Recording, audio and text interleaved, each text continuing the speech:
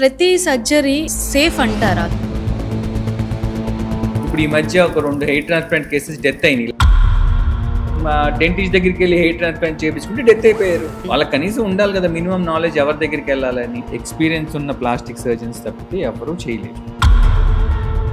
Husband wife ఇద్దరు పిల్లలు పుట్టిన తర్వాత బాడీ షేప్ మారిపోవడం అంతా మారిపోవడం వల్ల ఫిజికల్ గా ఉండలేకపోతున్నాం. ఇలాంటి కేసెస్ వస్తాయండి. నువ్వు నీ వైఫ్ ని పెళ్లి అప్పుడు యాక్సెప్ట్ చేసావు, బేబీని యాక్సెప్ట్ చేసావు, బాడీలో వచ్చే చేంజెస్ ని కూడా యూ షుడ్ యాక్సెప్ట్. బాయ్స్ కానీ గర్ల్స్ కానీ ప్రతి ఒక్కరు సఫర్ అయ్యేది హెయిర్. ఈ ఆయిల్ పూస్తే మనకి హెయిర్ వచ్చేస్తుంది, హెయిర్ గ్రోత్ పెరుగుతుంది. ఒక పెద్ద ఆయన ఉంటారు ఇన్స్టాగ్రామ్ లో, ఆయన పేరు నేను చెప్పను, యాడ్స్ ఇస్తా ఉంటారు. ఆయనకే బట్టతలు ఉంటది, నేను తయారు చేసి కనిపెట్టిన నా ఫార్ములా అని చూపిస్తా ఉంటాడు. ఎలా నమ్ముతారు మీరు? ఆయనకి అంత ఫార్ములా తెలిస్తే ఆయనకి జుట్టు ఎందుకు లేదు? డాక్టర్స్ ఫేక్ సర్టిఫికేట్ తెచ్చి సో ఫేక్ క్లినిక్స్ నడుపుతున్నారు. సో ఇండియాలో ఆర్ఎంపీ ప్రాక్టీస్ ఎక్కువ అండి. రోజు వాళ్ళ ఇంటి దగ్గరికి వెళ్ళి డ్రెస్సింగ్ చేయడం, చిన్న చిన్న పనులు చేయడం, ఇట్లాంటివన్నీ పిలవగానే వస్తాడు ఇంటికి. సో తన మీద వాళ్ళకి ఎక్కువ నమ్మకం ఉంటుంది. అంటే వాళ్ళు ఎవరి దగ్గరికి వెళ్ళమంటే వీళ్ళు వాళ్ళ దగ్గరికి వెళ్తుంటారు. వెళ్ళటం వల్ల వచ్చే ప్రాబ్లమ్స్ ఇవన్నీ మెయిన్ గా ఎక్కువ వచ్చే కేసెస్ ఉన్నాయంటే అంటే ప్లాస్టిక్ సర్జన్ అంటే యాక్చువల్గా ఓన్లీ కాస్మెటిక్ సర్జరీసే చేయడం. కొన్ని లైఫ్ చేంజింగ్ సర్జరీస్ కూడా ఉంటాయి. మొన్న ఒక అమ్మాయి వచ్చింది, అంటే అందరు కమెంట్స్ చేస్తున్నారని చెప్పి ఈ పిల్ల ఆ స్పోర్ట్ ఆడటం ఆపేసింది. She is a state level player. So hi అందరికి నమస్తే, నేను మీ జ్యోతి చౌదరి. యాక్చువల్గా మనకి చాలా ప్రాబ్లమ్స్ ఉంటాయి అమ్మాయిలు అనగానే. సో అమ్మాయిలకు కానీ అబ్బాయిలకు కానీ చాలా ప్రాబ్లమ్స్. అంటే మనం అందంగా లేకపోయినా, సో చిన్న మన ఫేస్లో కానీ మన బాడీలో కానీ ఏదైనా చేంజెస్ ఉన్నా మనకి ఇన్సెక్యూర్గా ఎక్కువ ఫీల్ అవుతూ ఉంటాము. సో ఇవన్నీ ప్లాస్టిక్ సర్జరీ అనగానే మనం ఏదో అనుకొని సో దానివల్ల సైడ్ ఎఫెక్ట్స్ ఉంటాయి, అది ఇది అని చాలా మంది అనుకుంటూనే ఉంటాము. సో ఇవన్నీ క్లియర్ చేయడానికి ఈరోజు మనతో రాజశేఖర్ గారు ఉన్నారు. సో హాయ్ రాజశేఖర్ గారు. హలో అండి, ఎలా ఉన్నారు? All good, thank you. చెప్పండి. సో నార్మల్ గా మనకి అందరికీ ఉన్న డౌట్సే. సో ప్లాస్టిక్ సర్జరీ అనగానే సెక్యూర్ కాదు, సేఫ్ కాదు, సో ఇవన్నీ చాలా రూమర్స్ ఉన్నాయి.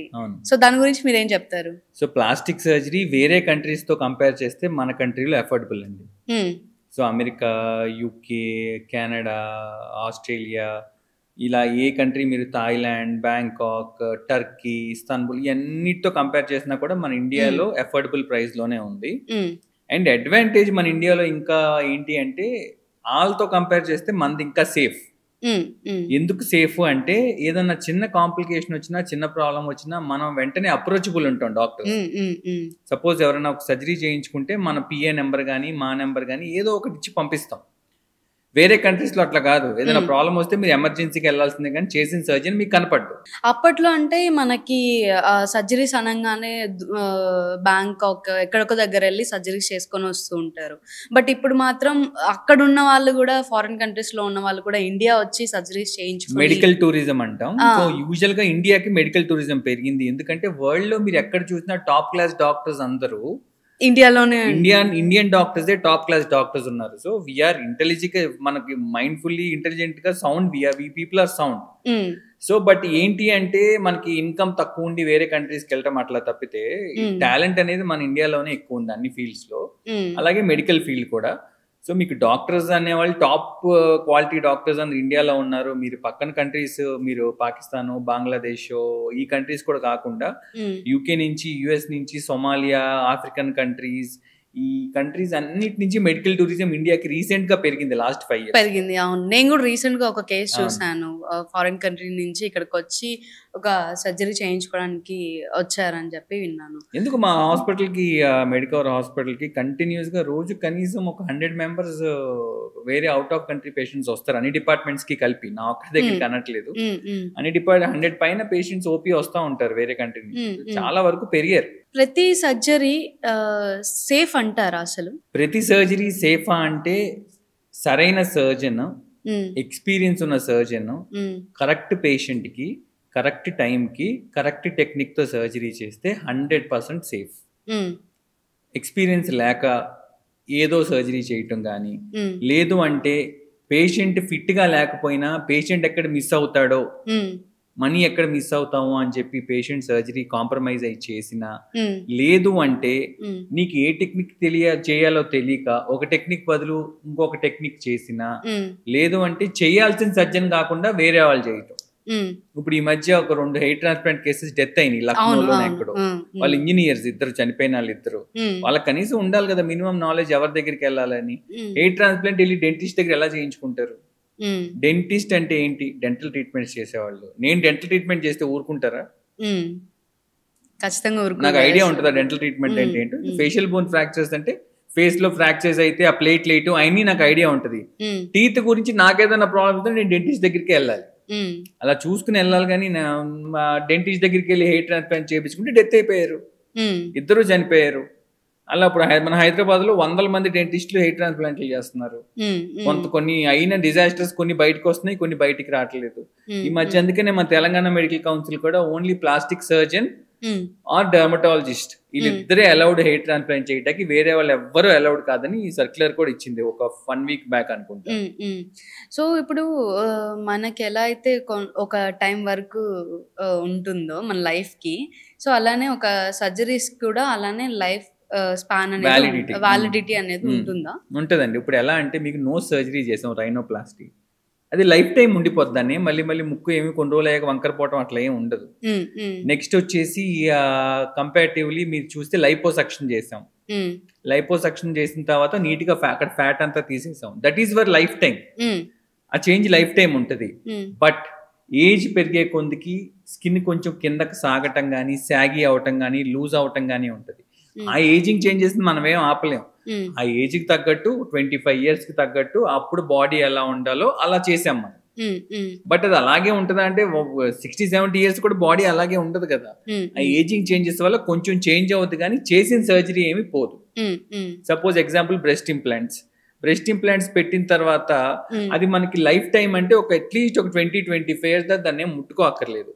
ఆ తర్వాత ముట్టుకోవాలా అంటే కావాలంటే ముట్టుకోవాలి. ఎలాగా అంటే మీకు ఇప్పుడు 25-26 years కున్న breast size, shape, volume 50-55 years ఉండదు కదా. సో 20-25 years తర్వాత మీ బ్రెస్ట్ లోపల ఇంప్లాంట్ అలాగే ఉన్నా కూడా చుట్టుపక్కల ఉన్న స్కిన్ కిందకి సాగిపోతుంది కదా. సాగిపోవటం వల్ల ఇంప్లాంట్ ఎక్కడో కనిపిస్తూ ఉంటుంది, బ్రెస్ట్ టిష్యూ కొంచెం కింద. ఆ టైంలో మళ్ళీ కొంచెం మార్చుకోవాల్సి వస్తుంది. లేదు పెళ్లికి ముందు బ్రెస్ట్ ఇంప్లాంట్ పెట్టించుకున్నారు, పెళ్ళైన తర్వాత ఫీడింగ్ అది ఇచ్చిన తర్వాత కొంచెం షేప్ మారుతుంది. మారినప్పుడు చిన్న ప్రొసీజర్స్ కరెక్షన్స్ చేయించుకోవాల్సి వస్తుంది. ఇట్లాగే డిఫరెంట్ సర్జరీస్ కి డిఫరెంట్ లైఫ్ టైం వ్యాలిడిటీస్ ఉంటాయి. బ్రెస్ట్ ఇంప్లాంట్ వల్ల క్యాన్సర్ కూడా వచ్చే ఛాన్సెస్ ఉంది. ఇది వరకు పాత రోజుల్లో ఇనీషియల్ డేస్ లో సిలికాన్ ఇంప్లాంట్స్ పెడితే క్యాన్సర్స్ వచ్చాయి, కానీ ఇప్పుడు వచ్చే లేటెస్ట్ జనరేషన్ ఇంప్లాంట్స్ కి క్యాన్సర్ వచ్చే ఛాన్సెస్ ఆల్మోస్ట్ నిల్ అనే చెప్పాలి. అండ్ చాలా మంది ఇంకా రెగ్యులర్ గా అడిగే క్వశ్చన్ ఏంటంటే మమ్మల్ని బ్రెస్ట్ ఇంప్లాంట్స్ పెట్టుకున్న తర్వాత ఫీడింగ్ చేయొచ్చా అని బేబీకి. అలా అపోహ ఎట్లా ఉంటదంటే ఫీడింగ్ చేస్తే ఆ సిలికాన్ బేబీ మిల్క్ లో నుంచి బేబీకి వెళ్ళిపోద్దేమో అనుకుంటారు. బట్ లేదండి, సిలికాన్ బ్రెస్ట్ ఇంప్లాంట్స్ మ్యారేజ్ ముందు పెట్టించుకున్న వాళ్ళు కూడా మ్యారేజ్ తర్వాత కూడా బేబీని కంఫర్టబుల్ గా 100% సేఫ్ గా ఫీడ్ చేయొచ్చు.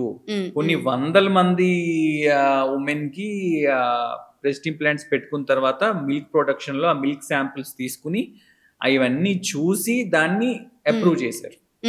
సో బ్రెస్ట్ ఇంప్లాంట్స్ చేయించుకున్న వాళ్ళు మిల్క్ ఫీడింగ్ ఇవ్వచ్చు. ఓకే. సో ఇప్పుడు మనకి ఈ మధ్య కాలంలో చూస్తుంటే చాలా మందికి అందం మీద ఎక్కువ ఒకరిని చూసి ఒకరు, లేదా మూవీస్లో చూసో లేకపోతే హీరోయిన్స్ చూసో నేను కూడా ఇలా ఉండాలి, లేదా వాళ్ళ హస్బెండ్స్ కోరుకోవడం, అంటే నా వైఫ్ ఇలా ఉండాలి, ఆ షేప్ ఇలా ఉండాలి, ఇలా ఉంటే బాగుంటది మా వైఫ్ కూడా. హస్బెండ్ కోరుకోవడం అనే అంటున్నారు, వైఫ్స్ అడుగుతున్నారు హస్బెండ్స్ ని. వైఫ్స్ హస్బెండ్ అడుగుతున్నారు. ఇలాంటి కేసెస్ వచ్చాయి మీ దగ్గర? అండి పొట్ట ఎక్కువ ఉంది, నడుము దగ్గర బాగా లావుగా ఉంది, జుట్టు ఊడిపోయింది, జుట్టు రాలిపోయింది, నల్లబడ్డాడు ఆయన. ఇది వరకు బాగుండే వాళ్ళు పెళ్ళైనప్పుడు, ఇప్పుడు రంగు మారిపోయారు, కలర్ మారిపోయారు, బాడీ షేప్ మారిపోయింది. ఇవన్నీ వస్తారు, అందరూ వస్తారు. మేల్స్ హస్బెండ్స్ వైఫ్స్ తో ఎలా వస్తారో వైఫ్స్ హస్బెండ్స్ తో అలాగే వస్తారు, ఫ్రెండ్స్ తో వస్తారు, ఇలా ఫ్యామిలీ సిస్టర్స్ వస్తారు, సిస్టర్స్ తీసుకొస్తారు, మా తమ్ముడు ఇలా ఉన్నాడండి, మా అన్నయ్య ఇలా ఉన్నాడని అందరూ వస్తారమ్మా. ఓన్లీ హస్బెండ్స్ ఏ వైఫ్స్ ని చేయించుకోమంటారని అపోహొద్దు. అప్పుడు అందరు ఈక్వల్ అయిపోయారు, మేల్స్ ఫీమేల్స్ అంతా ఒకటే. ఇప్పుడు మెయిన్ కేసెస్ ఏదైనా అంటే కొంతమంది నేను విన్నాను వేరే దగ్గర, అంటే హస్బెండ్ వైఫ్ ఒక 2 పిల్లలు పుట్టిన తర్వాత బాడీ షేప్ మారిపోవడం ఇవంతా మారిపోవడం వల్ల వాళ్ళిద్దరి మధ్య ఇష్యూస్ వచ్చి సో ఫిజికల్ గా ఉండలేకపోతున్నా ఇలాంటి కేసెస్ వస్తాయండి, డెఫినెట్ గా వస్తాయి. ఎట్లా వస్తాయి అంటే ఓవర్ ద టైమ్ లైన్ వెళ్ళేసరికి వాళ్ళ బాడీలో వచ్చే చేంజెస్ ని వీళ్ళు యాక్సెప్ట్ చేయరు. నువ్వు నీ వైఫ్ ని పెళ్లి అప్పుడు యాక్సెప్ట్ చేసావు, బేబీ పుట్టాక బేబీని యాక్సెప్ట్ చేసావు, నీ కొడుకు పుట్టాడనో కూతురు పుట్టిందనో నువ్వు హ్యాపీ ఉన్నావు. మరి పుట్టినప్పుడు వాళ్ళు పెంచినప్పుడు అయినప్పుడు బాడీలో వచ్చే చేంజెస్ ని కూడా యూ షుడ్ యాక్సెప్ట్. కొంతమంది నీట్ గా యాక్సెప్ట్ చేసి ఏమంటే ఇట్లా కొంచెం చేంజెస్ ఉన్నాయి చేయండి అని వచ్చి తీసుకొస్తారు సపోర్ట్ చేసి. కొంతమంది బై ఫోర్స్ తీసుకొస్తారు. అది మనం కాదు నేను చేయనంటే ఇంకో వాళ్ళ దగ్గర చేయించుకుంటారు. ఫోర్స్ గా తీసుకొని వచ్చిన కేసు ఒకటి ఉండదు కదా? ఉంటదండి. ఎట్లా అంటే ఇప్పుడు ఫర్ సపోజ్ నార్మల్ డెలివరీ అవుతుంది. నార్మల్ డెలివరీ అయిన తర్వాత బేబీ ఎక్కడి నుంచి వస్తారు? వెజైనాలో నుంచే వస్తారు. వచ్చిన తర్వాత ఒక్క ఫింగర్ పడటానికి కూడా టైట్ గా ఉండే వెజైనా స్టార్టింగ్ లో బేబీ మొత్తం బయటకు వచ్చిన తర్వాత ఆటోమేటిక్ గా స్ట్రెచ్ అవుతుంది కదా. స్ట్రెచ్ అయినప్పుడు నాకు ఫ్యామిలీలో నాకు సాటిస్ఫాక్షన్ లేదు, ఫ్యామిలీ టైంలో నాకు ఆ ఫీల్ రావట్లేదు, ఇదివరకు ఫీల్ ఇప్పుడు రావట్లేదు, ఇవన్నీ కంప్లైంట్స్ తో ఒక్కొక్కసారి ఆ ఫోర్స్ తోనే వెజైనోప్లాస్టీ సర్జరీస్ కోసం వస్తారు. లేదంటే బ్రెస్ట్ సైజెస్ గురించి, బ్రెస్ట్ చాలా చిన్నగా ఉంది, వాల్యూమ్ తగ్గిపోయింది ఫీడింగ్ ఇచ్చిన తర్వాత అని వస్తారు. ఎక్కువ హెవీ అయిపోయింది, సాగ్ అయిపోయింది అని వస్తారు. నడుము దగ్గర బాగా లావ్ అయిపోయింది, పొట్టొచ్చింది అని వస్తారు. డిఫరెంట్ కంప్లైంట్స్ తో డిఫరెంట్ పర్సన్స్ వస్తారండి. అది మేల్స్ లోనూ వస్తారు, ఫీమేల్స్ లోనూ వస్తారు. సో అంటే ఫారిన్ కంట్రీస్ లో ఉన్న వాళ్ళకి మనం ఏ డాక్టర్స్ దగ్గరికి వెళ్ళాలి అని కొన్ని చూస్ చేసుకొని సెర్చ్ చేసి మెయిన్ డాక్టర్స్ వాళ్ళు కన్సల్ట్ అయ్యి వాళ్ళ బిఫోర్ చేసిన సర్జరీస్ అన్ని చూసిన తర్వాత కన్సల్ట్ అవుతారు. ఇండియాలో ఉండేవాళ్ళు సో మెయిన్ ఎక్కడ వస్తుందంటే వాళ్ళు కొంతమంది మనీ ఇష్యూస్ ఉండడం వల్ల లేకపోతే ఇలా కొన్ని ప్రాబ్లమ్స్ తో ఏదో ఆర్ఎంపీ ప్రాక్టీస్ ఎక్కువ అండి. సో ఆర్ఎంపీ డాక్టర్ కి ఎవరైతే కమిషన్ ఇస్తారో ఆ పలానా డాక్టర్ చాలా మంచి ఆయన అని చెప్పి యూజువల్ గా సిటీస్ లో అవ్వట్లేదు కానీ ఇదంతా పల్లెటూరులో విలేజెస్ లో చిన్న చిన్న టౌన్స్ లో ఆర్ఎంపీ ప్రాక్టీస్ వల్ల ఏంటంటే ఈ ఆర్ఎంపీ ఏం చేస్తాడంటే రోజు వాళ్ళ ఇంటి దగ్గరికి వెళ్ళి డ్రెస్సింగ్ చేయటం, చిన్న చిన్న పనులు చేసి పెట్టడం, ఇట్లాంటివన్నీ పిలవగానే వస్తాడు ఇంటికి. సో తన మీద వాళ్ళకి ఎక్కువ నమ్మకం ఉంటుంది.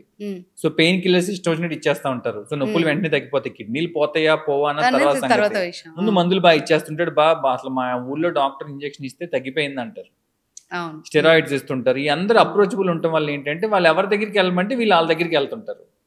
వెళ్ళటం వల్ల వచ్చే ప్రాబ్లమ్స్ ఇవన్నీ. మామూలుగా అయితే మనం తెలుసుకుని ఆ డాక్టర్ ఎలా అంటాడు ఏంటి, ఆ డిగ్రీ ఏంటి, ఇప్పుడు నేనున్నాను నా దగ్గర నా డిగ్రీస్ చూడాలి. అసలు ఈ డాక్టర్ ఏంటి, ఎంబీబీఎస్ చేశాడా, ఓకే, తర్వాత ఏం చేశాడు, ఎంఎస్ చేశాడా, ఓకే, ఆ తర్వాత ఎంసీహెచ్ ప్లాస్టిక్ సర్జరీ చేశాడా, ఓహో అంటే తిని ప్లాస్టిక్ సర్జన్, తిని దగ్గర ప్లాస్టిక్ సర్జరీ చేయించుకుంటా వెళ్ళొచ్చు అనుకోవాలి. అంతేగాని డిగ్రీ చూడకుండా ఏం చూడకుండా ఎవరో చెప్పాడని చెప్పి మనం వెళ్ళిపోయి మోసపోతే అది నీ తప్పది. మోసం చేసేవాడు ఎప్పుడు ఉంటాడు, మోసపోతే నీ తప్పది, అంతే. అది కాకుండా డాక్టర్ దగ్గరికి వెళ్ళి అసలు అతను ఏం సర్జరీలో ఫేమస్ తెలియకుండా అతని దగ్గర అన్ని సర్జరీస్ చేయించేసుకుందాం అని చూడటం కూడా తప్పే. మీ డాక్టర్ దగ్గరికి వెళ్ళినప్పుడు భయపడకుండా డాక్టర్ గారు మీకు ఎన్ని ఇయర్స్ ఎక్స్పీరియన్స్ ఉంది, నన్ను అడిగితే నేను ప్రౌడ్ గా చెప్తా నాకు 12 years ఎక్స్పీరియన్స్ ఉంది, నేనేం మొహమాట పడినా, నన్ను అడుగుతావా అని ఎవడో అనో, నేను చెప్తా, నాకు ఉంటే నేను చెప్తా. నెక్స్ట్ మీరు ఎన్ని సర్జరీస్ చేశారు చెప్తాం, ఇంతకు ముందు నేను ఈ సర్జరీ కోసం వచ్చానండి మీ దగ్గరికి, సో ఇంతకు ముందు మీ ఈ సర్జరీ ఎంత మందికి చేశారు, కొన్ని ఫోటోలు ఏమైనా ఉంటే చూపించరా, బిఫోర్ ఆఫ్టర్ ఫొటోస్ అని అడగాలి. అడిగితే బిఫోర్ ఆఫ్టర్ ఫొటోస్ చూపిస్తాం, పేషెంట్ టెస్టిమోనియల్ వీడియోస్ ఏమైనా ఉంటే చూపిస్తాం. చూపించిన తర్వాత నమ్మకం కలిగాక ఆలోచించుకుని సర్జరీ చేయించుకోవాలి. ఇప్పుడు వచ్చాం ఇప్పుడు చేయించేసుకుందాం అని కంగారులు ఎప్పుడు చేయించుకోకూడదు. ఇది అందరూ చెప్పరు, ఎందుకంటే పేషెంట్ వస్తే మిస్ అయిపోతాడేమో అని భయం. మిస్ అయ్యే పేషెంట్ ఎప్పుడు మనం అనుకోకూడదు. మన పేషెంట్ అయితే మన మీద నమ్మకం ఉంటే మన దగ్గరికి ఎప్పుడైనా వస్తారు. ఏ ఏజ్ లో స్టార్ట్ చేయొచ్చు సర్జరీ చేయడం అనేది? ఒక్కొక్క సర్జరీకి ఒక్కొక్క ఏజ్ ఉంటుందండి. సో కమింగ్ టు గ్రహణం మురి అంటాం, క్లెఫ్ట్ లిప్, క్లెఫ్ట్ ప్యాలెట్ అంటాం. మామూలుగా బేబీకి 3 months ఏజ్ ఉన్నప్పుడు లిప్ సరి చేసుకోవచ్చు, 1 year లోపు లోపల అంగిల్ సరి చేసుకోవచ్చు. అట్లా డిఫరెంట్ సర్జరీస్ కి డిఫరెంట్ ఉంటాయి.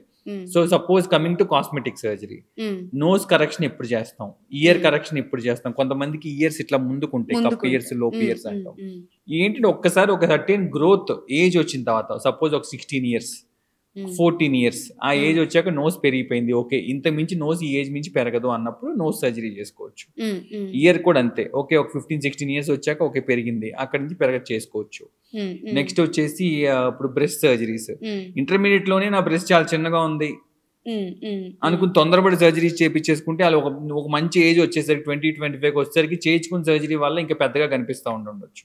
అందుకే అట్లీస్ట్ ఒక అడాలసెన్స్ ఆ ప్యూబర్టీ ఏజ్ దాటి ఒక ఇంటర్మీడియట్ డిగ్రీ అయ్యే టైంకి ఆ టైంకి అయితే ఒక బాడీలో ఒక చేంజ్ వస్తుంది. ఆ చేంజెస్ పర్మనెంట్ అని చెప్పి అప్పుడు చేయించుకోవచ్చు. కొన్ని సర్జరీస్ ఉంటాయి అవి ముందే చేయించుకోవాల్సిన సర్జరీస్ ఉంటాయి. అవి ముందు చేయించుకోకుండా లేట్ చేస్తే తప్పు. ఓకే, అంటే ఎలాంటి సర్జరీస్ అంటే మనం ఏజ్ దాటి ఇప్పుడు నేను చెప్పా కదా cleft lip to cleft palate గ్రహణం మోరి అన్నాను, ఇలాంటి వెంటనే చేయించుకోవాలి. అందుకే మీకు ఏదైనా ప్రాబ్లం ఉంది అనిపిస్తే వెంటనే ఒక కరెక్ట్ డాక్టర్ని కలిస్తే ఆ డాక్టర్ ఇది ఇప్పుడు ఈ ఏజ్ చేయకూడదమ్మా ఇది ఈ ఏజ్కి చేయాలి అని చెప్తారు. అది చెప్పినప్పుడు ఆ ఏజ్కి ఆ పేషెంట్ దగ్గరికి వెళ్ళి మళ్ళీ డాక్టర్ ఆ పేషెంట్ దగ్గరికి వెళ్ళి చేయించుకోవాలి. సో మన వాళ్ళు మెయిన్గా ప్రతి ఒక్కరు బాయ్స్ కానీ గర్ల్స్ కానీ ప్రతి ఒక్కరు సఫర్ అయ్యేది హెయిర్ ఫాల్. ఇప్పుడు చాలా ఫుడ్ వల్లను మరి ఏజ్ పెరిగే కొద్దో లేకపోతే ఫుల్గా ప్రతి ఒక్కరికి హెయిర్ ఫాల్ అవుతుంది. ఫుడ్ కాకుండా కూడా నార్మల్గా ప్రతి ఒక్కరికి. సో కొన్ని ఆయిల్స్ వస్తున్నాయి, మీరు కూడా చూసే ఉంటారు, కొన్ని ఆయిల్స్ రావడం, లేకపోతే కొన్ని వీడియోస్ కూడా చూస్తున్నాము మనము. ఈ ఆయిల్ పూస్తే మనకి హెయిర్ వచ్చేస్తుంది, హెయిర్ గ్రోత్ పెరుగుతుంది, లేకపోతే కొన్ని ప్రోడక్ట్స్ తెచ్చారు. కొంతమంది విగ్గులు పెట్టుకుని యాడ్స్ ఇస్తున్నారు.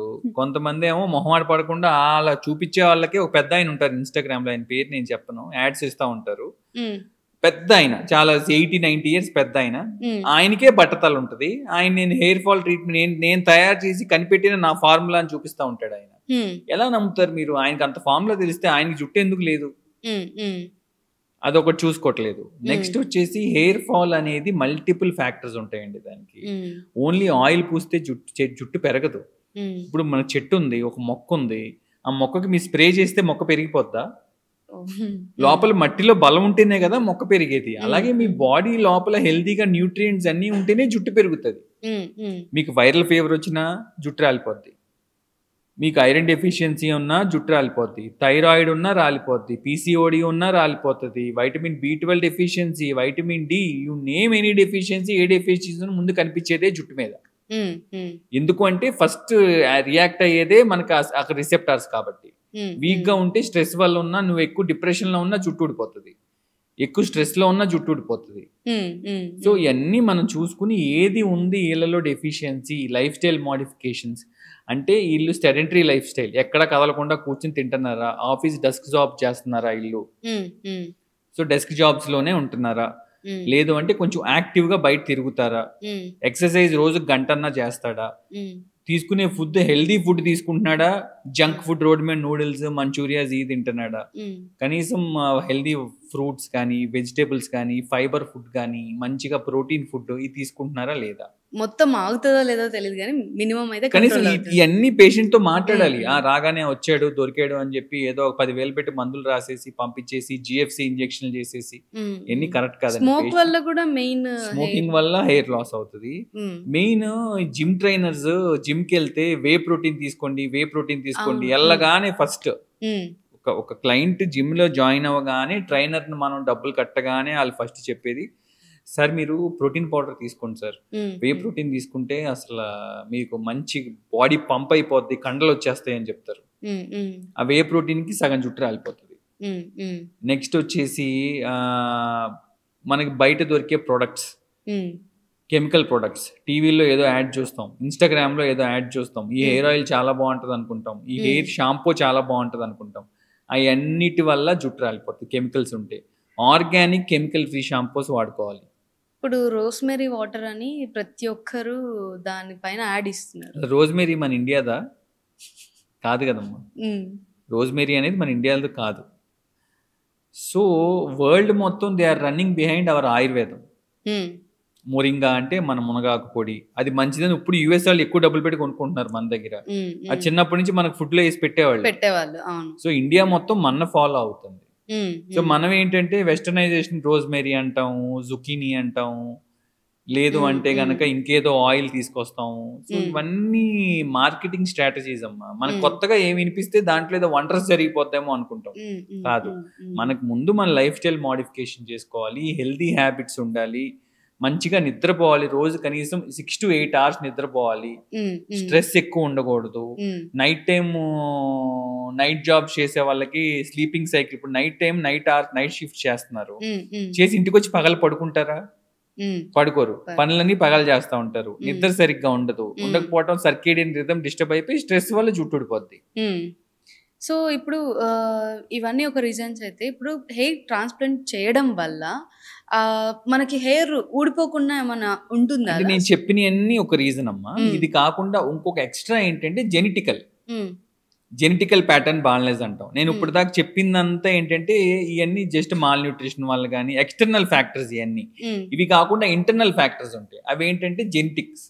మీ ఫాదర్ కి బాల్నెస్ ఉంటే మీకు వచ్చే ఛాన్స్ ఉంది, మీ మేనమామకి బాల్నెస్ ఉంటే మీకు వచ్చే ఛాన్స్ ఉంది, మీ తాతగారికి బాల్నెస్ ఉంటే మీకు వచ్చే ఛాన్స్ ఉంది. కానీ లేడీస్ కి ఎక్కువ కూడా జెనెటికల్ బాల్నెస్ ప్యాటర్న్ ఉంటదమ్మా. ఎందుకు అంటే మేల్స్ నుంచి ఫీమేల్స్, ఇప్పుడు మీ ఫాదర్ బాల్నెస్ మీకు రాకపోవచ్చు, మీ మదర్ కో మీ మేనత్త గారికో మీ నాయనమ్మకో అమ్మమ్మకో బాల్నెస్ ఉంటే అది మీకు రావచ్చు.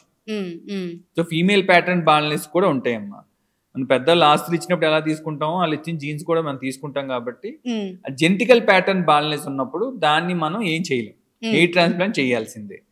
దానికి జిఎఫ్సీలు అని చెప్పి ఒక్కొక్క సెషన్ కి 10,000 15,000 ఛార్జ్ చేసి ఏదో జస్ట్ మన బ్లడ్ తీసి అది ఎక్కించి స్కాల్ప్ లో ఇంజెక్ట్ చేస్తే ఉపయోగం లేదు, యూజ్ ఉండదా? ఇప్పుడు ట్రాన్స్ప్లాంట్ చేసిన తర్వాత కూడా మనం పిఆర్పి ఉంటది కదా. అంటే అమ్మ అది ఎట్లా అంటే మీకు అదొక ఎడిషన్ అవ్వాలి కానీ దాని వల్ల వండర్స్ జరగవు, అది నమ్మద్దు.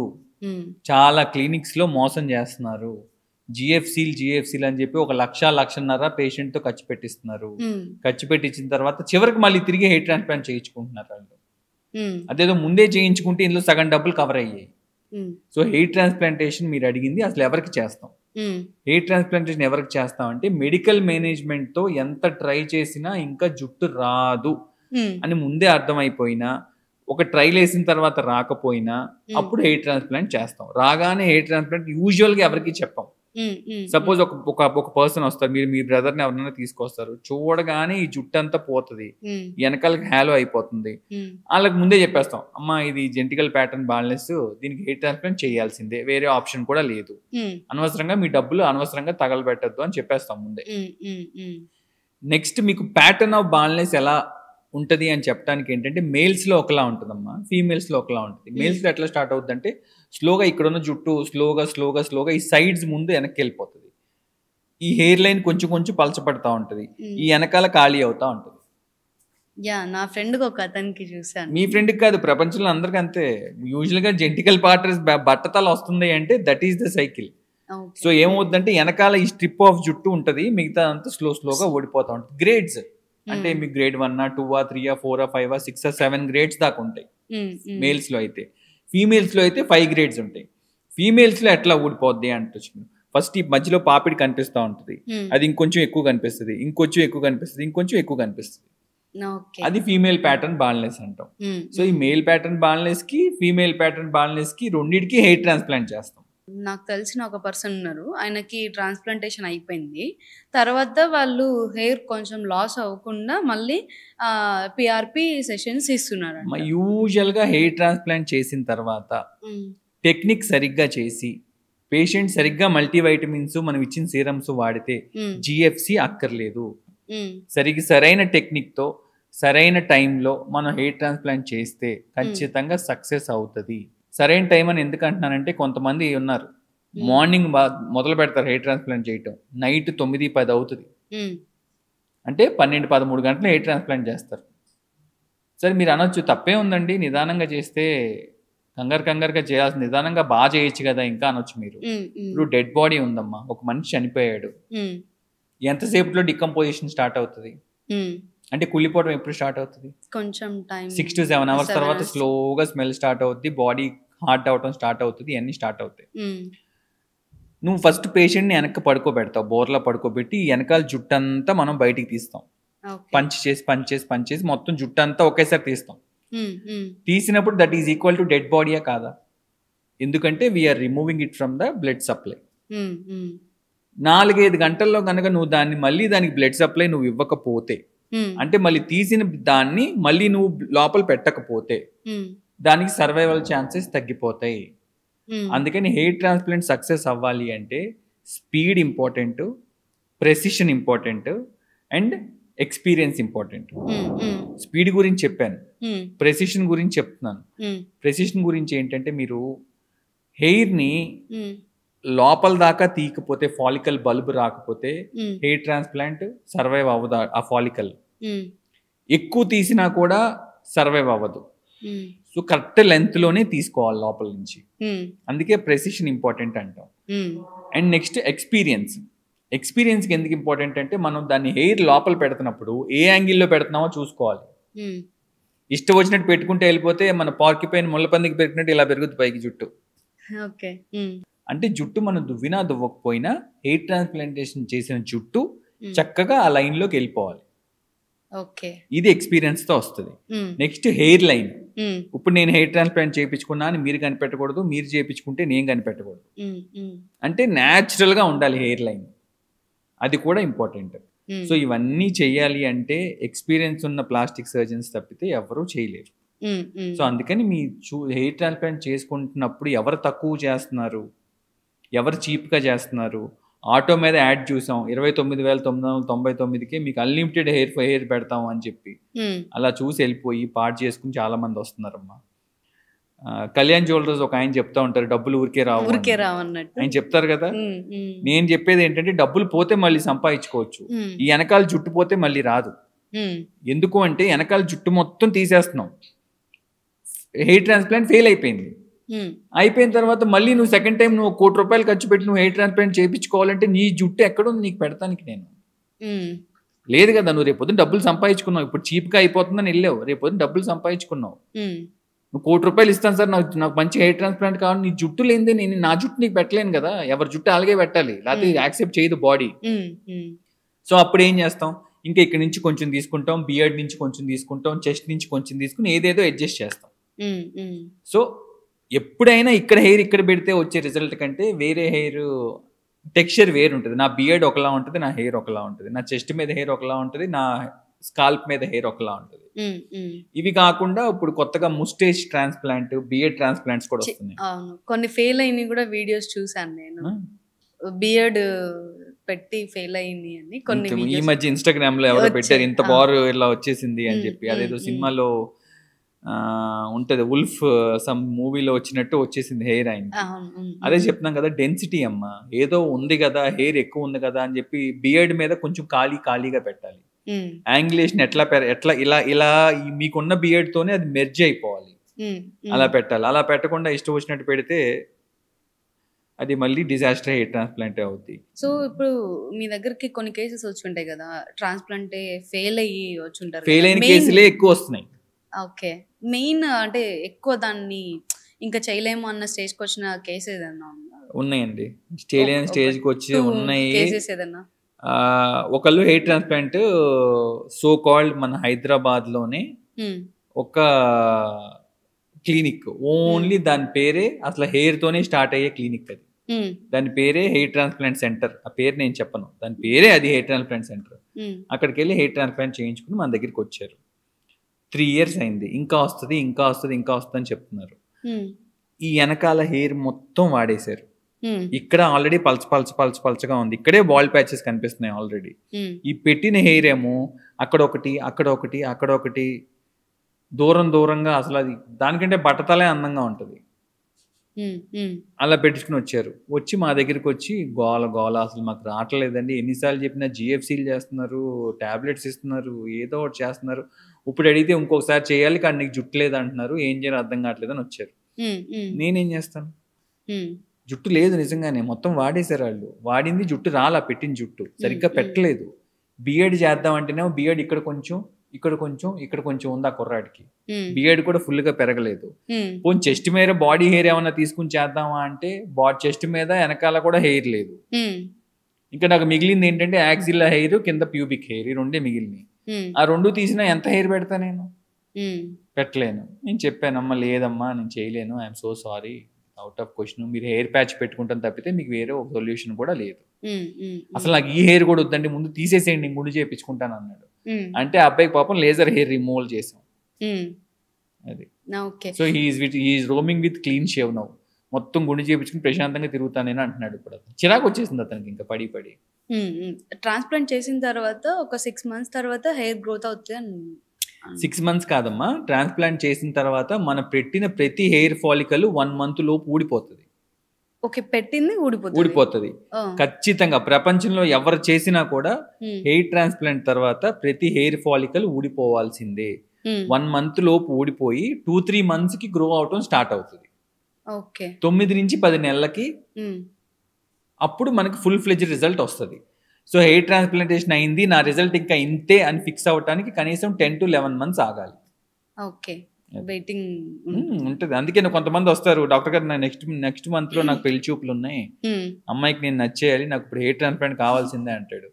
ఒక అతను వస్తాడు, వచ్చి నాకు 1 రోజుల్లో పెళ్లి ఉంది, ఎంగేజ్మెంట్ ఉంది, నాకు హెయిర్ ట్రాన్స్ప్లాంట్ చేసేయండి ఇప్పుడు అంటాడు. నిజంగా వస్తారు, నవ్వుకుంటే నిజంగా వస్తారమ్మా. అంటే అప్పుడు చెప్తాం, బాబు అలా కాదు, ఇప్పుడు చేస్తే నేను కనీసం 9-10 నెలలు పడుతుందయ్యా, అప్పుడు కానీ హెయిర్ ట్రాన్స్ప్లాంట్ రాదు రిజల్ట్ అని చెప్తా ఉంటాం మేము. అడుగుతారమ్మా, నిజంగానే అడుగుతారు, ఎందుకంటే పాపం జెన్యూన్ డౌట్స్ కదా వాళ్ళకి. ఓకే, ఇప్పుడు 6 pack అంటే మనం ఎన్నో ఇయర్స్ చేస్తే గానీ 6 pack రాదు. ఇప్పుడు కొంతమంది హీరోస్ చూసి ఈ మధ్య 6 pack వచ్చేసి సో దాన్ని లైపో అంటున్నారు. So high definition liposuction, high definition liposculpting అంటామమ్మా. నిజమే, చాలా మంది చేపించుకుంటారు, కానీ పెద్దగా పొట్టంది మనం 6 pack చేయలేమమ్మా. ఆల్రెడీ తిన్నగా సన్నగా ఉండే వాళ్ళకి మనం కొంచెం డెఫినిషన్ ఇచ్చి కొంచెం లైపోసక్షన్ చేసి అచ్చంగా నీట్ గా 6 pack లాగా, ఫీమేల్స్ కి అయితే 0 size లాగా, అబ్బాయిలకైతే 6 pack లాగా వస్తాయి, అమ్మాయిలకైతే చక్కగా సెంటర్ లో ఒక లైన్ వచ్చి ఈ సైడ్స్ నుంచి ఇలా ఒక లైన్ వస్తుంది, ఇట్లాగా ఈ సైడ్ ఒక లైన్, ఈ మధ్యలో ఒక లైన్ వస్తుంది. అట్లా నీట్ గా అట్లా క్రియేట్ చేయొచ్చు, నడుము షేప్ లోకి తీసుకురావచ్చు, ఇవన్నీ చేయొచ్చు.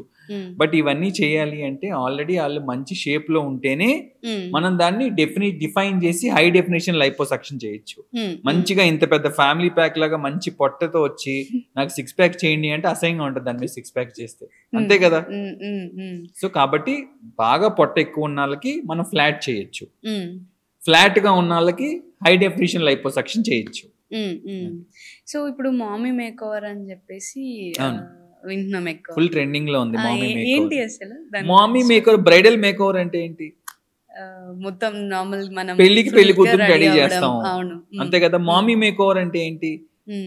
బేబీ డెలివరీ అయిన తర్వాత మదర్ బాడీలో వచ్చే అన్ని చేంజెస్ ని బేబీ డెలివరీ అవ్వకముందు, అంటే ప్రెగ్నెన్సీ రాకముందు ఎలా ఉన్నారో అలా చేయటాన్ని మామీ మేక్ ఓవర్ అంటారు. సో ప్రెగ్నెన్సీ తర్వాత ఏమేం చేంజెస్ వస్తాయి? పొట్ట బాగా ముందుకు సాగ్ అయిపోతుంది, స్ట్రెచ్ మార్క్స్ అన్ని వచ్చేసి పొట్ట ముందుకు స్కిన్ ఇలా పడిపోతుంది, స్క్విషీగా అయిపోద్ది. దానికి లైపోసక్షన్ చేసి టమ్మీ టక్ చేయొచ్చు. లేదు బ్రెస్ట్ మిల్క్ ఫీడింగ్ ఇచ్చిన తర్వాత, ఫీడింగ్ ఇవ్వకపోయినా చాలా మందికి ఏంటంటే ఫీడింగ్ ఇస్తే బ్రెస్ట్ షేప్ అవుట్ అయిపోద్దని అపోహ ఉండి ఫీడింగ్ ఇవ్వటం మానేస్తున్నారు. ఫీడింగ్ ఇచ్చినా ఇవ్వకపోయినా హార్మోన్స్ వల్ల బ్రెస్ట్ షేప్ మారుతుంది. సో బ్రెస్ట్ చేంజ్ అయిన షేప్ ని మళ్ళీ కరెక్ట్ చేయటాన్ని, అంటే గాలి తీసినట్టు ఎంటీ అయిపోయిన బ్రెస్ట్ ని మళ్ళీ వాల్యూమ్ పెంచైనా అదే చేయొచ్చు, ఆగ్మెంటేషన్ అంటాం. లేదు హ్యూజ్ గా హెవీగా పెరిగిపోతాయి బ్రెస్ట్, పెరిగిపోయినప్పుడు దాని సైజ్ తగ్గిస్తాను రిడక్షన్ అంటాం. సో మామీ మేక్ ఓవర్ ఈ రెండిట్లో ఏదైనా చేయొచ్చు. కొంతమందికి చేతులు ఒకటే లావ్ అవుతాయి, సో చేతులు లైపోసక్షన్ చేస్తాం. కొంతమందికి థైస్ ఒకటే లావ్ అవుతాయి, థైస్ కి లైపోసక్షన్ చేస్తాం. హెయిర్ ఫాల్, బీభత్సమైన హెయిర్ ఫాల్ ఉంటుంది డెలివరీ తర్వాత, సో హెయిర్ లాస్ ట్రీట్మెంట్స్ ఇస్తాం. నెక్స్ట్ వచ్చేసి వెజైనోప్లాస్టీ, అంటే డెలివరీ బేబీ అయ్యేది వెజైనాలో నుంచే కాబట్టి, నార్మల్ డెలివరీ అయితే వెజైనాలో నుంచే కాబట్టి ఏమవుతుందంటే యూజువల్ గా వెజైనల్ లాక్సిటీ వచ్చేస్తుంది. కొంతమందికి ఎపిసియాటమీ ఇన్సిషన్ అని ఇస్తారు, అంటే బేబీ బయటికి రావడానికి టైట్ అయితే కొంచెం అక్కడ కట్ చేస్తారు, ఆ కట్ చేసి మళ్ళీ సూచరేస్తారు. సో దాని వల్ల కూడా కొంచెం లాక్సిటీ రావచ్చు. సో ఇవన్నీ అందరికీ చెయ్యం. సో ఎవరికి ఏది అవసరం అనుకుంటున్నారో వాళ్ళకి ఆ సర్జరీ చేస్తాం, అందరికి అన్ని చేసేస్తాం అనుకోవద్దు మామీ మేక్ ఓవర్ అంటే. కొంతమందికి బ్రెస్ట్ తో ప్రాబ్లం ఉంటే బ్రెస్ట్ ఒకటే చేస్తాం, కొంతమందికి స్ట్రెచ్ మార్క్స్ అబ్డామెన్ తో ప్రాబ్లం ఉంటే అంతవరకే చేస్తాం, కొంతమందికి థైస్ ఒక్కటే చేస్తాం. ఈ మధ్య కాలంలో మనం హీరోయిన్స్ ని చూస్తుంటే వాళ్ళు చాలా సన్నగా అయిపోయి, తర్వాత ఒక హీరోయిన్ బ్రేకప్ అవ్వగానే ఇంకా సన్నగా అయిపోయి, సో అంటే మనం ఏమనుకుంటాం అంటే వాళ్ళు బ్రేకప్ వల్ల కొంచెం ఆ బాధ వల్ల సన్నగా అయిపోయారేమో అని అనుకుంటున్నాము. సో అది ఎలా తీసుకోవచ్చు? అంటే వాళ్ళు అంత సన్నగా ఇంత అంటే తక్కువ బ్రేకప్ వల్ల span- బాధగా కూడా సన్నగా అవ్వచ్చు, అవ్వకూడదని కాదు. ఆ, కాకపోతే ఇప్పుడు ట్రెండింగ్ ఏముందంటే ఒజెంపిక్ అని, మోంజారో అని, వెగోవి అని డిఫరెంట్ ఇంజెక్షన్స్ వచ్చినాయి. ఆ, ఇవన్నీ ఇంజెక్షన్స్ ఏంటంటే ఆకలి తగ్గించే ఇంజెక్షన్స్. ఓకే. సో ఏమవుతుందంటే ఆ ఇంజెక్షన్ ఇవ్వగానే, అది పెద్ద ఇంజెక్షన్ ఏం కాదు, జస్ట్ మన ఇన్సులిన్ సిరంజ్తో, ఇది వరకు మన షుగర్ ఇంట్లో పెద్దవాళ్ళు ఇన్సులిన్ ఇంజెక్షన్తో చేసుకుంటారు కదా, అలాగే చిన్న ఇంజెక్షన్ అది, మన సెల్ఫ్ చేసుకునే ఇంజెక్షన్. అది చేసుకుంటే మీకు ఆకలి అనేది ఆగిపోతుంది. ఓకే. రోజు మొత్తంలో ఒక్క మీల్ కూడా తినబుద్ధి అవ్వదు మీకు. సో ఆటోమేటిక్గా వెయిట్ లాస్ అయిపోతున్నారు. ఆహా. ఈ మధ్య అదొక ట్రెండ్ నడుస్తుంది. ఉమ్, ఉమ్, సో అది కాకుండా సన్నపడటానికి అయ్యి వాడుతున్నారు. అది కాకుండా గ్యాస్ట్రిక్ బెలూనింగ్. ఉమ్, గ్యాస్ట్రిక్ బెలూనింగ్ అంటే ఏంటంటే మీకు పొట్ట లోపల చిన్న బెలూన్ లాంటిది ఇన్ఫ్లేట్ చేస్తున్నారు. ఉమ్, చేయటం వల్ల మీ పొట్టలో ఫుడ్ పట్టదు, ఆ బెలూనే ఉంటుంది కదా పొట్ట అంతా, ఫుడ్ పట్టదు ఎండోస్కోపిక్ ద్వారాగా. ఉమ్, సో అదొకటి ఉంది. నెక్స్ట్ బేరియాట్రిక్ సర్జరీ, అందరికీ తెలిసిందే, పొట్ట స్లీవ్ గ్యాస్ట్రెక్టమీ అని చెప్పి పొట్ట సైజ్ తగ్గటం. ఉమ్, సో ఇవన్నిటి వల్ల అవైలబిలిటీలో ఉండటం వల్ల అందరూ సన్నబడుతున్నారు ఇప్పుడు, ఇదివరకు పడలేని వాళ్ళు. ఉమ్, మీడియా ఇండస్ట్రీలో ఇంకొంచెం ఎక్కువ కదా, ఆటోమేటిక్గా స్క్రీన్ మీద ఆన్ స్క్రీన్ అపీరెన్స్ బాగా కనిపించాలంటే ఇలాంటివన్నీ ట్రై చేస్తూ ఉంటారు. బికాస్ దట్ ఈ నేను సర్జరీస్ చేస్తే కానీ నాకు ఎట్లా మనీ రావో, ఉమ్, వాళ్ళకి మీడియాలో యాక్ట్ స్క్రీన్ మీద అందంగా కనపడకపోతే వాళ్ళకి ఛాన్సెస్ రావు, ఉమ్, ఉమ్. అందుకని. సో దానివల్ల సైడ్ ఎఫెక్ట్స్ ఏమన్నా ఉంటాయి? మనం ఎప్పుడు ఇంజెక్ట్ అమ్మ చేసుకుంటూనే న్యాచురల్ గా కాకుండా అన్యాచురల్ ఏదైనా సైడ్ ఎఫెక్ట్ ఉంటుంది. ఆ సైడ్ ఎఫెక్ట్ ఎట్లా, సైడ్ ఎఫెక్ట్ రాకుండా అండర్ మెడికల్ సూపర్విజన్ చేసుకుంటే ఇబ్బంది ఏమీ రాదు. మొన్న ఒక ఆవిడ ఐవి గ్లూటాథయాన్ తీసుకుంటే చనిపోయింది, ఫేమస్ పాప్ సింగర్, మన ఇండియన్ అమ్మాయి. ఇంట్లో ఏదో పూజ జరిగింది, ఆవిడ ఫాస్టింగ్ లో ఉంది, ఫాస్టింగ్ అవ్వగానే ఫుడ్ తినకుండా ఆటోమేటిక్ గా ఐవి గ్లూటాథయాన్ మరి ఎంత డోసేజ్ తీసుకుందో తెలియదు, ఎక్కువ తీసుకుని హార్ట్ అటాక్ వచ్చి పడిపోయింది. అట్లా మన సొంత ట్రీట్మెంట్లు ఎప్పుడు చేసుకోదమ్మా. సో డాక్టర్ అడ్వైస్ చేసి అండర్ సేఫ్టీ ప్రోటోకాల్స్ లో ఇచ్చిన ట్రీట్మెంట్ ఏది తీసుకున్నా సైడ్ ఎఫెక్ట్స్ రావు. ఇప్పుడు గ్లూటాథైన్ అన్నారు, చాలా మంది ఇప్పుడు గ్లూటాథైన్ ప్రతి ఒక్కరు తీసుకుంటూనే ఉన్నారు. సో వాళ్ళు డాక్టర్స్ ఏం చెప్తున్నారంటే గ్లూటాథైన్ తీసుకుంటాం కాదు, గ్లూటాథైన్ సోప్స్, గ్లూటాథైన్ ఫేస్ వాష్లు, గ్లూటాథైన్ అసలు మీకు టాబ్లెట్లు, గ్లూటాథైన్ జెల్లీస్ మీకు ఇష్టం వచ్చినట్టు అమ్ముతున్నారు. అసలు గ్లూటాథయాన్ అనేది నన్ను అడిగితే it is an anti oxidant అమ్మా. అంటే మీకు ఎట్లా అంటే అది మీ బాడీలో ఏదన్నా పిగ్మెంటేషన్ ఉన్నా లేదా మీ బాడీ టాక్సిన్స్ ఏమన్నా ఉన్నా వాటిని న్యూట్రలైజ్ చేస్తూ ఉంటుంది. ఇది వరకు ఏదైనా ఐసీయూలో ఉన్న పేషెంట్స్ కి, లివర్ ఫెయిల్యూర్ లో ఉన్న వాళ్ళకి, ఇట్లా ఉన్న బాడీలో ఎక్కువ సెప్సిస్ అంటే మీకు బాడీ ఫెయిల్ అయిపోతుంది అన్న వాళ్ళకి ఇస్తే కొంచెం రికవరీ చూపించింది వాళ్ళకి. వాళ్ళకి చూపించినప్పుడు సైడ్ ఎఫెక్ట్ ఏమొచ్చిందంటే వాళ్ళు కొంచెం తెల్లగా అయ్యారు. సో కలర్ వస్తున్నారు కదా అని చెప్పి దాన్ని గ్లూటాథయాన్ ఇలా వాడటం మొదలు పెట్టారు. సో గ్లూటాథయాన్ మీరు తీసుకున్న రోజులు మీరు కొంచెం ఫెయిర్ గా కనిపిస్తారు. గ్లూటాథయాన్ ఆపేయగానే మీ స్కిన్ టోన్ కి మీరు వచ్చేస్తారు. So glutathione is temporary. Glutathione soaps వాడటం అనవసరం. గ్లూటాథయాన్ అసలు మీకు ఐవి ఫామ్ కానీ లేదంటే విటమిన్ సితో కలిపి మనకి టాబ్లెట్స్ దొరుకుతున్నాయి. ఆ టాబ్లెట్ ఫామ్ కానీ ఏమైనా ఉపయోగం ఉంటే ఉండొచ్చేమో కానీ కంటిన్యూస్ గా వాడితే అది కూడా. సోప్స్ మాత్రం పని చెయ్యవు, వాటిని నమ్మి మోసపోవద్దు. ఈ మధ్య ఎక్కువ సోప్స్ తెచ్చారు మన వాళ్ళు, డాక్టర్స్ కూడా యాడ్స్ ఇస్తున్నారు. డాక్టర్స్ కూడా యాడ్స్ ఇస్తున్నారు. ఒక ఫేమస్ డాక్టర్ యాడ్ ఇచ్చారు, గ్లూటాథైన్ వాడండి సోప్. అసలు ఇది వాడితే తెల్లగా అయిపోతారు. అసలు ఇది వాడితే అసలు మీకు మొహంలో వెలుగు వచ్చేస్తుంది, అసలు మీరు గుర్తుపట్టలేదు మిమ్మల్ని ఎవరిని అని చెప్తారు. ఇలాగే చెప్తుంటారు. అవన్నీ పాపం నమ్మేసి పాపం కొంతమంది కాన్ఫిడెన్స్ లెవెల్స్ తక్కువ ఉన్న వాళ్ళు కొనుక్కుని వాడుకుంటారు కదా. వాడుకున్నందువల్ల డబ్బులు పోతే పోయినాయి, దానివల్ల స్కిన్ పాడవకపోతే చాలు. అది. సో అన్నిటికంటే సర్జరీస్ చేసుకున్నది స్టాండర్డ్ గా ఉంటాయి, మన ఇంజెక్షన్స్ ఏదైనా కూడా టెంపరరీ. సర్జరీస్ చేయించుకుంటేనే స్టాండర్డ్ అని నేను అన్నమ్మా. ఎనీ ట్రీట్మెంట్ ఏంటంటే నీకు అవసరమైన ట్రీట్మెంట్ అవసరమైనప్పుడు చేయించుకుంటే అది పర్మనెంట్ గానే ఉంటుంది. కొన్ని ప్రొసీజర్స్ మాత్రం temporary. Suppose Botox, fillers, threads. Botox అనేది మొహం మీద ముడతలకి ఇస్తాం, 6 months కంటే ఎక్కువ మళ్ళీ పని చేయదు, మళ్ళీ నార్మల్ ముడతలు వచ్చేస్తాయి మళ్ళీ. ఫిల్లర్స్ అంటే మొహంలో హ్యాలోనెస్ ఎక్కడన్నా ఉంటే హ్యాలోనెస్ కోసం లిప్ కానీ, చీక్స్ కానీ, చిన్నుకి కానీ, జా లైన్ కానీ ఫిల్లర్స్ వాడతాం. అది ఒక 1 year వరకు ఉంటుంది. నెక్స్ట్ థ్రెడ్ లిఫ్ట్స్ అని చెప్తాం. థ్రెడ్ లిఫ్ట్ అంటే ఏంటంటే ఫేస్ కిందకి సాగ్ అయిపోతే ఫేస్ కొంచెం పైకి వెళ్ళటానికి థ్రెడ్స్ పాస్ చేసి కొంచెం పైకి పుల్ చేస్తాం. అది ఒక 1.5 year ఉంటుంది. సో ఇలాంటి కొన్ని టెంపరీ ప్రొసీజర్స్ ఉన్నాయి, కొన్ని పర్మనెంట్ ప్రొసీజర్స్ ఉన్నాయి. సో దాన్ని బట్టి మనం చూసుకుని జాగ్రత్తగా చేయించుకుంటే ఇబ్బంది ఉండదు. సో ఇప్పుడు లిప్ ఫిల్లర్ అని ఉంటది కదా, అది ఈ మధ్య అవును, 1 or 2 days బ్యాక్ ఆవిడ బాలీవుడ్ యాక్ట్రెస్ ఒక ఆవిడ ఎవరో చేయించుకుని మీ లిప్స్ అన్ని ఇంత లావ్ అయిపోతే అందరం చూస్తున్నాం, ఏదో అయిపోయింది ఈవిడికి లిప్ ఫిల్లర్ మొత్తం డిజాస్టర్ అయిపోయింది, లిప్ ఫిల్లర్ ఇక్కడ ఇస్తే ఇది అంతా స్ప్రెడ్ అయిపోయిందని భయపడుతున్నాం. అది యాక్చువల్గా అట్లా కాదండి. అది ఏంటంటే లిప్ ఫిల్లర్ ఆవిడ చేయించుకున్న తర్వాత మరి కొంచెం ఎక్కువ చేయించుకుందో లేకపోతే ఆవిడ చేయించుకుందో ఆవిడకి నచ్చలేదో ఏమైందో తెలియదు. ఆ ఫిల్లర్ మళ్ళీ వెనకాలకి మళ్ళీ ఆ ఫిల్లర్ డిజాల్వ్ అవటానికి ఒక ఇంజెక్షన్ ఉంటుంది, హైలేజ్ అంటాం.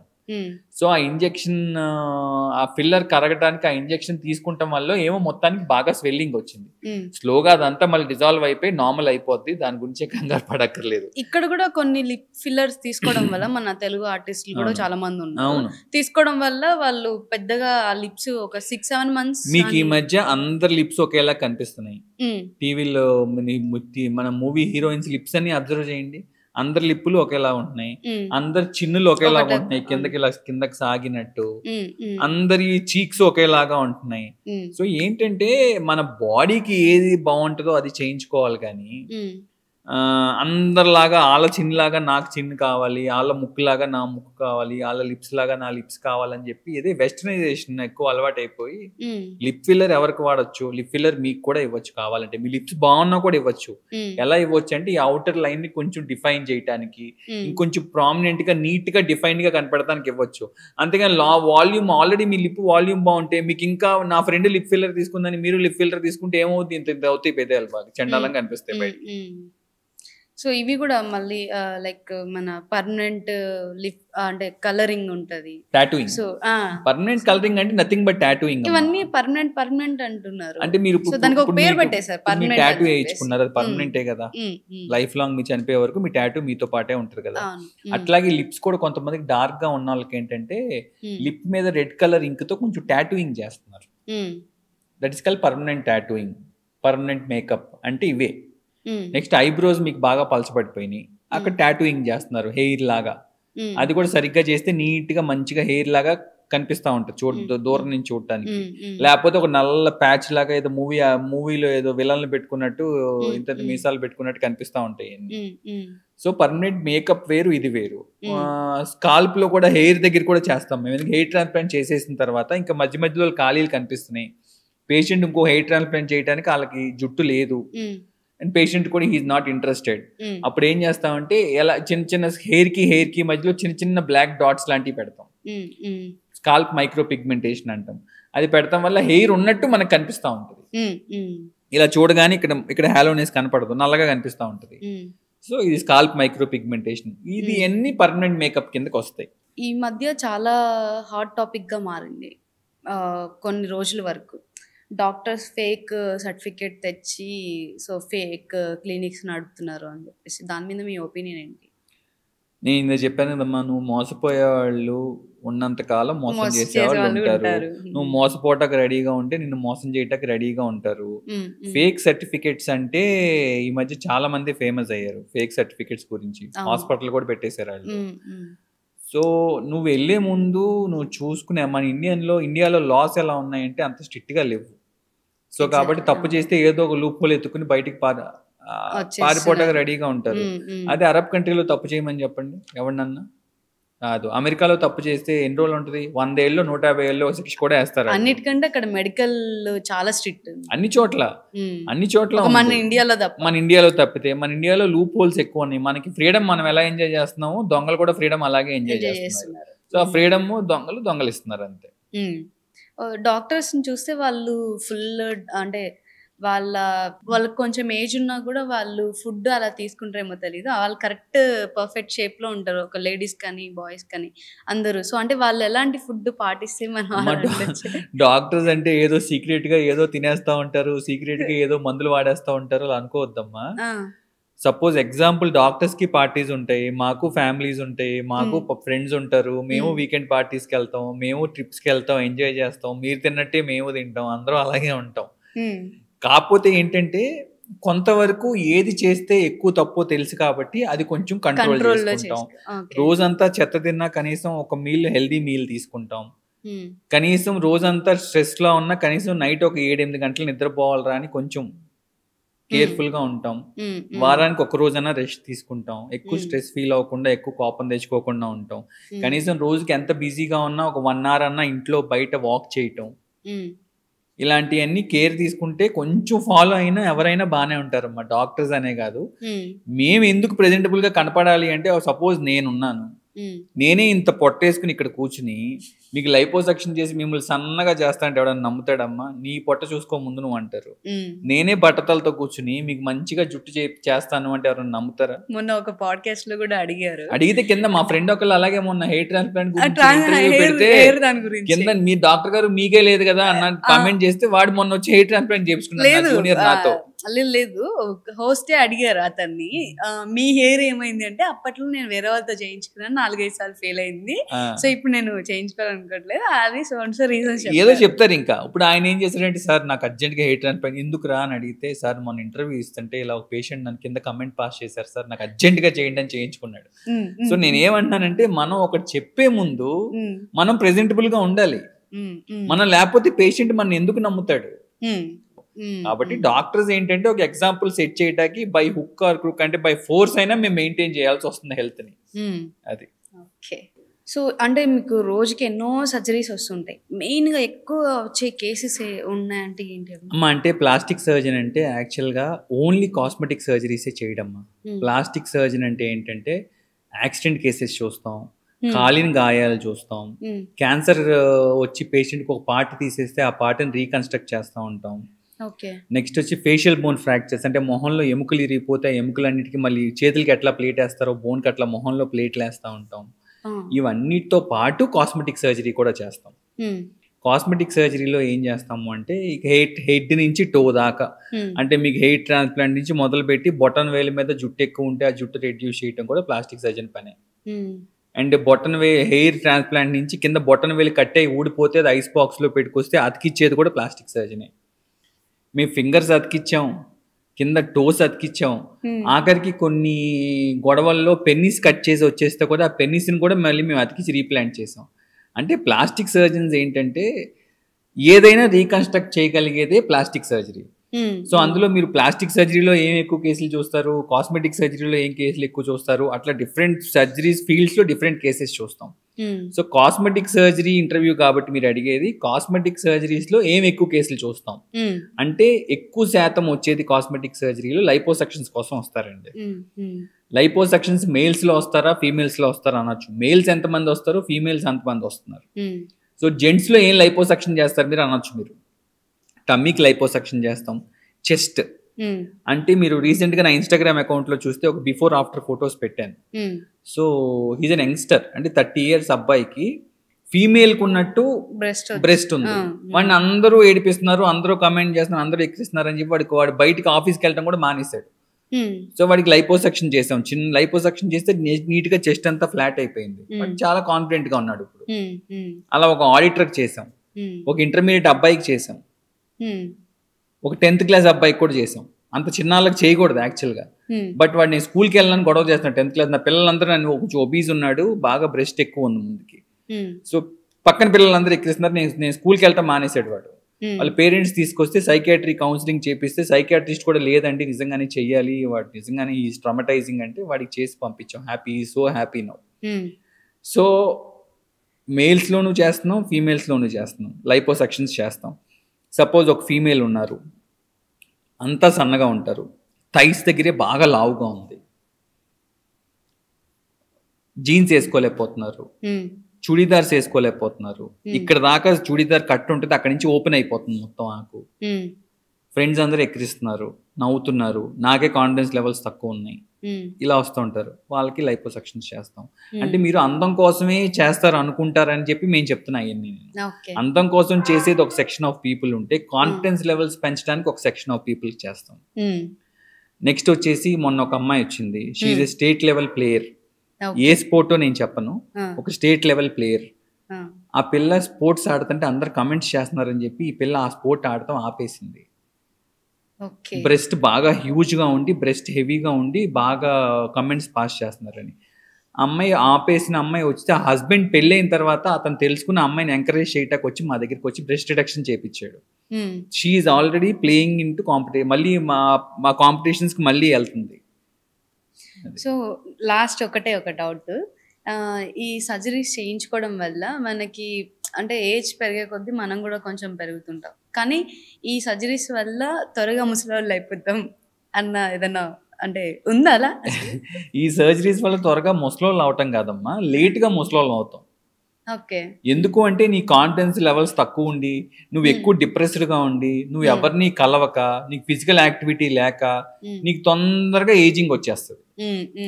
నీకు ఏదైనా ప్రాబ్లం ఉంటే అది సాల్వ్ చేసుకుంటే, ఇప్పుడు నీకు ఒక 10 లక్షల అప్పు ఉందమ్మా, అది నువ్వు కట్టేస్తే హ్యాపీగా ఉంటావా, కట్టేపోతే హ్యాపీగా ఉంటావా?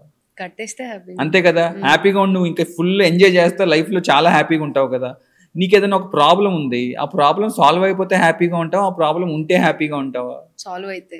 అలాగే నీకు కొంచెం పొట్ట ఎక్కువ ఉంది, నీకు అది ఎప్పటి నుంచో బాధగా ఉంది, అది లైపోసెక్షన్ చేయించుకుని నీ పొట్ట తగ్గిపోతే నువ్వు చాలా హ్యాపీగా ఉంటావు. సో ఏదన్నా సర్జరీ లైఫ్ తగ్గటానికి ఎప్పుడు చేయమమ్మా, ఏ సర్జరీ చేసినా లైఫ్ పెరగటానికే చేస్తాం. కొంతమంది ఏమో షుగర్ బాడీకి అవసరమా అంటారు, కొంతమంది ఏమో షుగర్ అసలు బాడీకి కరెక్ట్ కాదు, అదే పెద్ద పాయిజన్ అని అంటారు. సో ఈ రెండిట్లో మీరు ఏది అంటే బెటర్? షుగర్ బాడీకి అవసరమే లేదమ్మా. అంటే బయట నుంచి వచ్చే షుగర్ అంటే మీరు షుగర్ కలుపుకోక్కర్లేదు. మీరు ఫ్రూట్స్ తింటే షుగర్స్ ఉంటాయి, వెజిటేబుల్స్ తింటే షుగర్ ఉంటుంది, రైస్లో షుగర్ ఉంటుంది, మీకు ప్రతి ఫుడ్ ప్రోడక్ట్లో షుగర్ ఉంటుంది. ఆ వచ్చే షుగర్ మనకు చాలు. అంతేగాని మళ్ళీ మీరు ఎక్స్ట్రా షుగర్ కలుపుకున్నారు అంటే అది మీకు పాయిజనే. మీ బ్రెయిన్కి షుగర్ అవసరం కానీ మీ బాడీకి షుగర్ అవసరం లేదు. Sugar is more addictive than cocaine. అంటే కొకెయిన్ ఎలా ఎడిక్ట్ అయిపోతారు, షుగర్ కూడా అలాగే ఎడిక్ట్ అయిపోతారు. ఇప్పుడు మీరు ఒక గంట ఆగితే నాకు టీ తాగాలి, కాఫీ తాగాలి, టీ తాగాలి, కాఫీ తాగాలి అనిపిస్తుంది కదా. మీరు ఏం కాఫీ తాగుతారు? బ్లాక్ కాఫీయా, బ్లాక్ టీయా, మిల్క్ టీయా? మిల్క్ టీయో మిల్క్ కాఫీయో తాగుతారు. షుగర్ తో తాగుతారా, షుగర్ లేకుండా తాగుతారా? అంటే ఇంతకు ముందు షుగర్ తో తాగుతుండే, తెలిసిన తర్వాత షుగర్ కట్ చేశారు. షుగర్ కట్ తెలిసిన తర్వాత షుగర్ కట్ చేశారు. ఆ టైంకి మీకు అది తాగాలని ఎందుకు అనిపిస్తుంది? ఆ షుగర్ కలిపితే మీకు బ్రెయిన్ కి వెంటనే గ్లూకోజ్ వెళ్తుంది, వెళ్ళగానే మీరు అబ్బా అనిపిస్తుంది. మీరు 5 స్టార్ హోటల్కి వెళ్ళండి, షుగర్ కల్పిస్తాడా పక్కన ఇస్తాడా? పక్కన ఇస్తాడు. పక్కన కాకా హోటల్కి వెళ్తే షుగర్ కల్పిస్తాడా పక్కన ఇస్తాడా? కల్పిస్తాడు. ఎందుకు కల్పిస్తాడు అంటే బాగా పనులు చేసుకుంటా టైర్డ్ అయిపోయి ఆటో డ్రైవర్స్, బైక్ మీద పనిచేసే వాళ్ళు, మార్కెటింగ్ వాళ్ళు అలసిపోయి ఆ కాఫీ షాప్కో ఆ టీ షాప్కో వెళ్తే వాడి కాఫీ తాగానే టీ తాగా ముందు ఎనర్జిటైజర్గా అనిపిస్తారు. ఆ ఎనర్జీ వచ్చేది టీ వల్ల కాఫీ వల్ల కాదమ్మా, అందులో ఉండే షుగర్ వల్ల. సో షుగర్ అనేది ఎప్పటికీ మంచిది కాదు. బయట నుంచి షుగర్ ఎప్పుడు కలుపుకోకూడదు. ఏ ఫుడ్లో ఆ ఫుడ్లో ఉన్న షుగర్ని మీరు ఎంజాయ్ చేయొచ్చు. అలా అని పాయసంలో షుగర్ వేసుకోవద్దు అలా ఎవరు చెప్పరు. కొన్ని ట్రెడిషనల్ ఫుడ్స్ ఉంటాయి, అప్పుడప్పుడు తినొచ్చు. పాలకోవాలో షుగర్ లేకుండా తింటే చండాలంగా ఉంటుంది. సో అట్లా కాదు, ఏ ఫుడ్స్ ఎలా తినాలో అలా తినాలి, లిమిటెడ్ గా తినాలి, దాన్ని మనం రెస్ట్రిక్ట్ చేయగలగాలి. Sugar restricted diet is always important. అదే స్వీట్లు తినడం వల్ల కూడా లావ్ అయిపోతారు. డెఫినెట్ గా అవుతాం. అందులో షుగర్ ఉంటుంది, డాల్డా ఉంటుంది, నెయ్యి ఉంటుంది, అన్ని ఉంటాయి అందులో. ఎందుకు లావ్ మనం? నేను రోజు మొత్తంలో ఏమి తింటలేదండి, నేను పొద్దున్న లేసి ఓన్లీ డ్రై ఫ్రూట్సే తింటున్నాను అంటారు. డ్రై ఫ్రూట్స్ ఏమన్నా లావ్ అవ్వకుండా చేస్తాయేమని? డ్రై ఫ్రూట్స్ లో బోల్ అంత ఫ్యాట్స్ ఉంటాయి. ఏది ఎంత క్వాంటిటీ తీసుకోవాలో అంతే క్వాంటిటీ తీసుకోవాలి. కనీసం వారానికి ఒకసారి ఫాస్టింగ్ చేయాలి. ఒక రోజంతా ఏమి తినకుండా ఉంటే కనీసం మన బాడీలో ఉన్న టాక్సిన్స్ అన్ని ఫ్లష్ అవుట్ అవుతాయి. కుదిరితే ఇంటర్మీడియట్ ఫాస్టింగ్ అని ఉంటుంది, అది చేయగలగాలి. అంటే రోజు మొత్తం 3 పూట్ల 4 పూట్ల తినకుండా రోజుకు 2 పూటలు తిని మిగతా టైం అంతా ఫాస్టింగ్ లో ఉంటే మంచిది. ఆ తినే ఫుడ్ లో కూడా తింటున్నాం కదా అని స్వీట్లు అదే టైంలో మనం ఫాస్టింగ్ ఉన్నాం అని చెప్పి అన్ని తినేయకూడదు. చక్కగా అందులో ప్రోటీన్ ఫుడ్ ఎక్కువ వెళ్తుందా లేదా, ఫైబర్ వెళ్తుందా, వెజిటేబుల్స్ ఉన్నాయా, అన్ని ఉన్నాయా లేవా అని చూసుకుని నీట్ గా ఫాలో అవ్వాలి. సో ఇవన్నీ ఫాలో అయితే మంచిగానే ఉంటది హెల్త్. నార్మల్గా జిమ్కి వెళ్ళే వాళ్ళు ఖచ్చితంగా మార్నింగ్ ఎగ్స్ తినడం లేదా ఆఫ్టర్ జిమ్ ఎగ్స్ తినడం. అందరూ అంటారు లోపల ఎల్లోది తినద్దు, ఓన్లీ వైట్ ఎగ్స్ తినాలి, వైట్ ఎగ్స్ తిన్నాము ఇలా చెప్తూ ఉంటారు. దానివల్ల అసలు ఏంటి అంటే లోపల ఉన్న ఎల్లో ఎగ్ తినకూడదా లేకపోతే? యాక్చువల్గా లోపల ఉన్న ఎల్లో తింటేనే ఎగ్గుకుండే న్యూట్రియంట్స్ అన్ని మీకు వస్తాయి. కాకపోతే ఎన్ని eggs? 1 or 2 eggs Eggs. Maximum. సన్నగా ఉన్న వాళ్ళు అయితే 2 eggs తినొచ్చు. కొంచెం హెఫ్టీగా ఉన్న వాళ్ళు అయితే 1 ఎగ్తో ఆపేసేయాలి. అలా కాకుండా ఎగ్ ఇష్టం కదా అని చెప్పి ఎగ్ మంచిదని చెప్పి 10 ఎగ్గులు తిన్నాం అనుకోండి, ఆటోమేటిక్గా కొలెస్ట్రాల్ పెరుగుద్ది, ఫ్యాట్ పెరుగుద్ది. సో అలా అని చెప్పి ఓన్లీ ఎగ్ వైట్స్ తిన్నా ఎక్కువ ప్రోటీన్ రాదు. సో మీరు ఒక 4-5 ఎగ్స్ తినాలి రోజుకి అనుకున్నప్పుడు 1-2 ఎగ్స్ హోల్ ఎగ్స్ తిని మిగతా ఎగ్ వైట్స్ తినొచ్చు. అంతేగాని ఎగ్ ఎల్లో అలా పడేసి అది పాయిజన్ అని అనుకోవద్దు. 1 or 2 egg yellows is completely fine. So thank you so much me valuable time మాకు ఇచ్చి, సో మాకున్న ప్రతి ఒక్క డౌట్స్ క్లియర్ చేసినందుకు. అండ్ మీరు మాట్లాడిన అందరికీ ప్రతి ఒక్కరికి బాగా అర్థమై ఉంటుంది అనుకుంటాను. సో ఏ డాక్టర్ని చూస్ చేసుకోవాలి, ఏ డాక్టర్ని చూస్ చేసుకోకూడదు, సో ప్రతి ఒక్కరికి అర్థమై ఉంటుంది. Thank you so much me valuable time మాకు ఇచ్చినందుకు. Thank you.